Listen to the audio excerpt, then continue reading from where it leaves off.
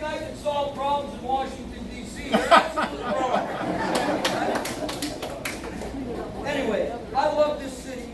God, family, community, country. Those are the things that I learned from my parents, my grandparents, my aunts and uncles.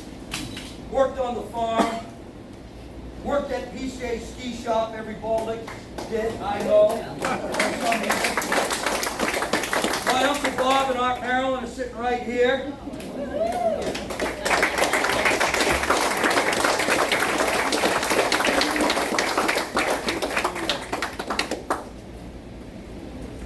He owned PCA ski shop. His sons own it now. I sharpened more skates for the hockey teams around here and waxed more skis than you can shake a stick at. But you start early, you work hard, and you learn something. And that's what's happening to this country is those ideals, those notions are no longer valued. The idea of hand up when people need it has been replaced by hand out. It's hurt our nation. We have 3 generations of children that are being taught not to love this country. Nobody's reading the 1,400 most important words that set this country up for success. And that's the Declaration of Independence. And when you read the 27 grievances in there and you translate them into the things that are going on today, it worries me. The country is going in the wrong direction. We need men and women in Washington, D.C. that are going to reinforce our values, that are going to do the right thing, that are going to stand firm and vote for things that make our economy strong, that allow us to be fiscally responsible, and that make this country strong both at home and abroad. And you need someone down there with the national security experience to know when the military should be used and when it should not be used.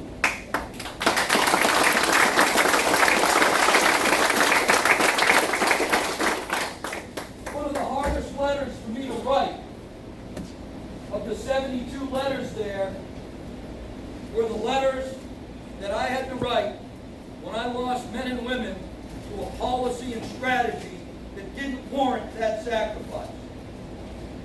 That should never, ever happen in this great nation.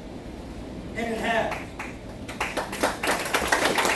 So, where's the accountability? Who's taking responsibility for it? Who's being transparent with us? Who's telling us the truth? Why is it more comfortable for people to hear a lie than it is for someone to tell them the truth? Why?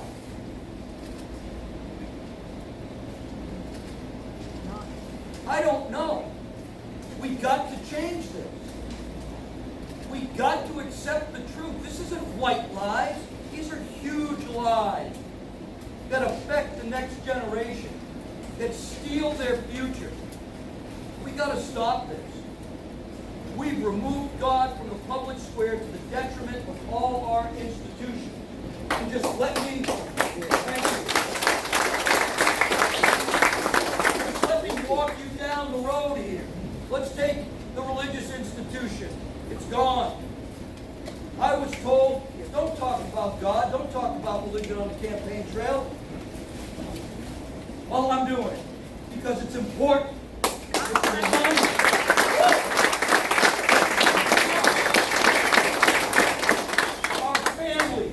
Our family institutions have been torn apart for the last 40, 50 years by programs and by ideas and concepts that don't put the family on its highest pedestal. That without our great families, we can't have great communities. And without great communities, we can't have a great country. It's all connected. Look at our education system. Our public education system is not doing its job, and we pay a lot of money for it. Here in New Hampshire, the highest amount of our taxes goes towards education. And why do I have to listen to parents across this state who can't afford $200 for school supplies, worry about the fact that their child isn't going to have a pen, a pencil, a crayon, or something, right? That should never be the case. Our educational institution is not doing its job, and therefore we are weakening our nation. Look at the political institution. Career politicians, supported by special interests, lobbyists, rich political elite, corporations, and media propaganda that push their messages, that have created a top-down governance system that doesn't work for us. And it can't work for us. 2.9 million unelected bureaucrats and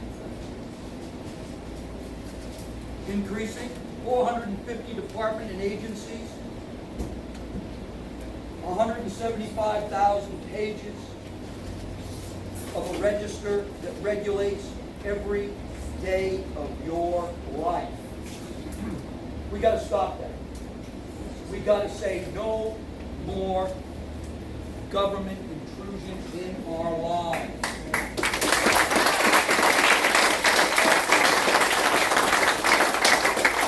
Entrepreneurs and small businesses and the American initiative and the American ideals and everything that's embodied inside of us that we grow up with, you can be anything you want to be, must be our narrative. Has to be our narrative. When do you hear anybody ever talking about it? You don't. Where are our leaders in Washington, D.C., in Congress, or in any place in our towns and cities standing up and saying things about values and principles? I don't hear it. It's time to get back to that. That's what will drive us to freedom. That's what will make us successful. That's what will make this country exactly what the rest of the world wants it to be. A beacon, that light that says justice will prevail in the United States. But look at our justice system. It's a dual system. Favors the elite and their families at the expense of us. Makes it too expensive for us to even participate. We're not getting due process. This is wrong. Our financial system is broken. Highest inflation, out of control spending, more money going out than coming in. What are we doing? It's crazy. It makes no sense to us who live every day counting our pennies, knowing what we got coming in, knowing what we got coming out. How we balance that. We do it. The government should be able to do it. It's your money, not theirs. The responsibility is not there. The accountability is not there. They're not transparent with us. And I tell you what really bothers me. During COVID, we were hurt. Now we're being hurt again economically. What will be next? The same people that get elected at the local level, state level, federal level, the same people that get appointed at those levels year after year after year are now coming around and asking you for their vote. The same people that created these hardships now want you to forget about the hardships. And they want you to vote for them. Well, you know what I say? Hell no. You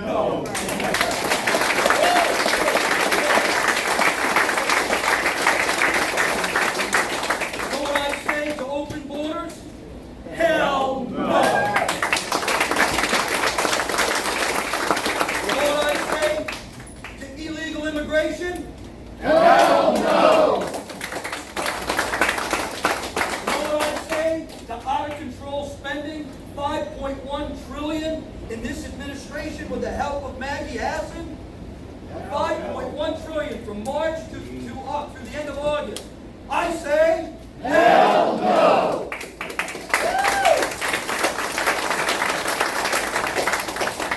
You know what I say to anybody that wants to infringe upon our rights, that wants to impede the future of our grandchildren and our children, that wants to get in our way, that wants to operate at your expense, that doesn't understand that public servants work for you, not the other way around. You know what I say to them? Hell no! And that's what we gotta do.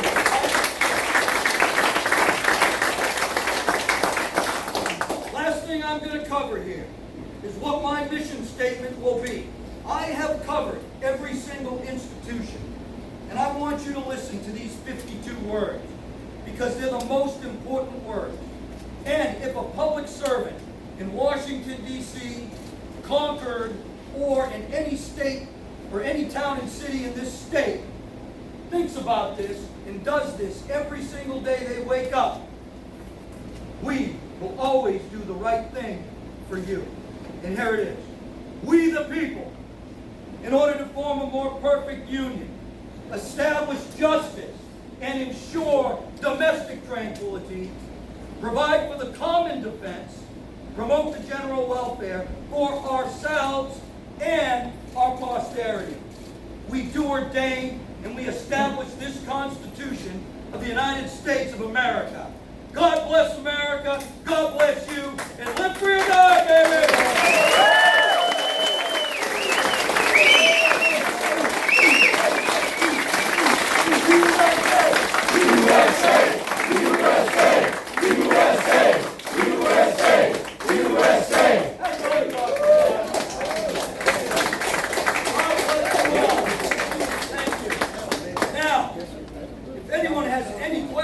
I'd be glad to answer them.